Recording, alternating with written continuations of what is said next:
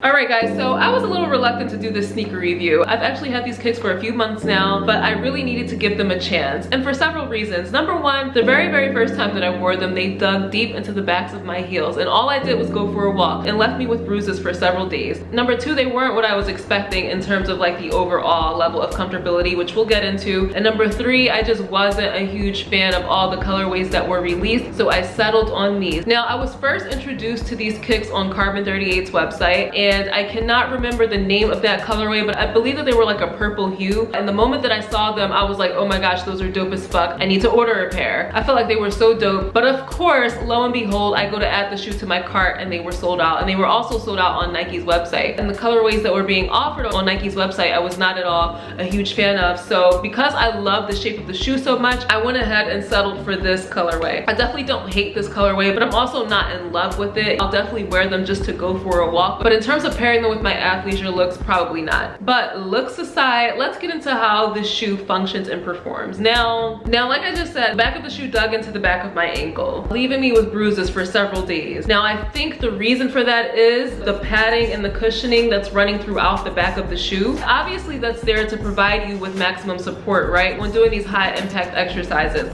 But I think that it's causing your foot to just like elevate ever so slightly to the point where the back of your ankle is running into this back part, which is pretty hard, and causing it to dig into your skin. And you know, whether or not that'll soften up over time, I don't know. I haven't worn them long enough to decide that. It may just be that they need to be broken in. I don't know. So there's that, and then there's the front of the shoe. The front of the shoe is really snug. There's not that much flexibility provided in the toe area, and I think that's the case because of the shape of the sole. So the sole is designed to provide you with as much support as possible when doing certain exercises, such as squatting, jump lunging, deadlifting, and so on. And when you try the shoe on, you can definitely feel that. You can feel that support being provided in the back of the heel. And the shape in the front of the shoe also contributes to that a great deal too. So the fact that it curves up, right, I feel like it takes away from the amount of room provided in a toe area, creating a shape like this, which essentially leads to discomfort. And that was like a common complaint in a lot of the reviews that I read. People felt like they were a little too snug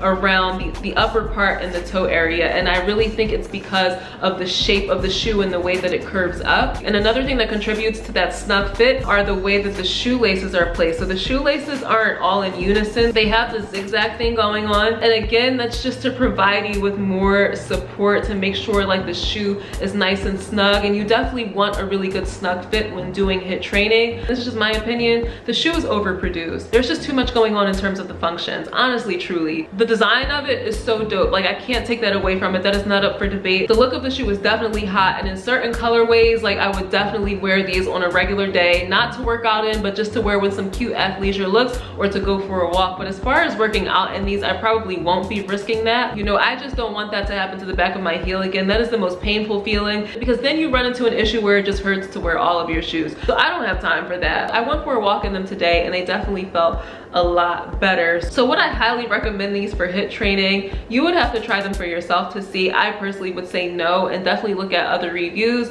because you will find in a lot of people's reviews they're saying the same things that I'm saying. Like I said, I just feel like the shoe is just a little bit overproduced. So yes guys, that's it, and that's all. That's my 2 cents. I hope you enjoyed this review. I hope that you found it useful and helpful. If you did, please be sure to like, comment, subscribe, share my video, and I will catch you guys very soon in my next one. Bye guys.